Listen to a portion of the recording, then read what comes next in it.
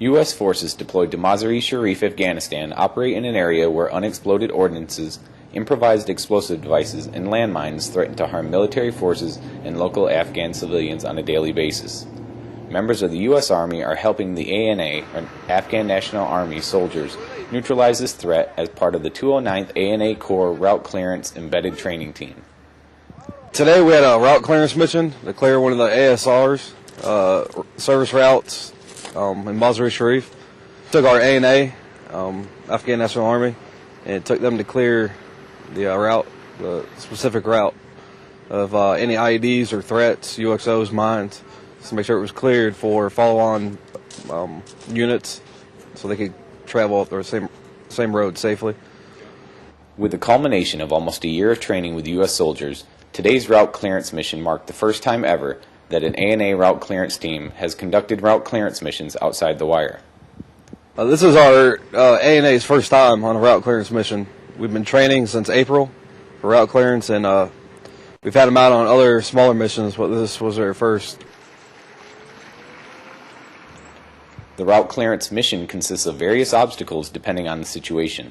Soldiers have been trained in a variety of ways to detect and neutralize various threats and have numerous ways of doing so. Some of the tools they use to locate UXOs and items, anything could be a threat. We have shovels, and it depends on the mission specifically. And if we find a threat or something that might be a possible threat, they have probers and small hand shovels.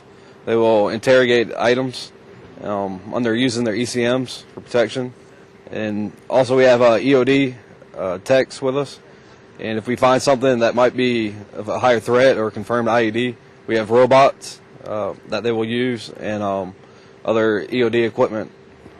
The Afghan soldiers realize the importance of their mission and must be very conscious of their surroundings to ensure the roads are safe and clear for soldiers and civilians.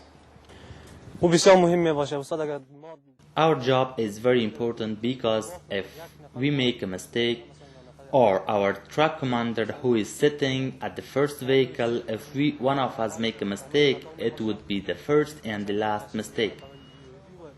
In my opinion, it's very important for Afghan people because we are faced with the EOD and IED. ANA soldiers have worked hard over the past 9 months to learn how to conduct this important mission on their own. With the mission being so new to them, certain challenges were expected. But with the outstanding training from their U.S. counterparts, along with support from the 209th ANA Corps leadership, training has been very successful. They respond pretty well. A lot of it is, this is the first time they've seen anything like this, engineer-type mission.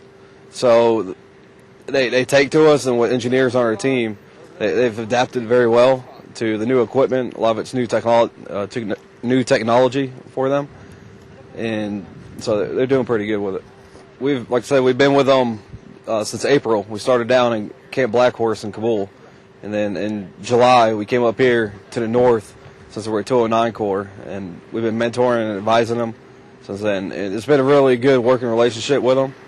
The Corps Commander, General Murad, has given us tons of help, and we're appreciative of that. And Captain Ali, ANA Commander, it's been very great. He pretty much does what we tell him, and the NCOs and officers of the Route Clearance Company have been great to work with. Captain Muhammad Ali Yazdani, commander of the 209th ANA Corps Route Clearance Team, agrees with his Army counterpart and says that the training has been successful and will help Afghanistan be a safer place for its people. Feeling very happy because we learned this step by step, and thanks from our trainers. They are very good.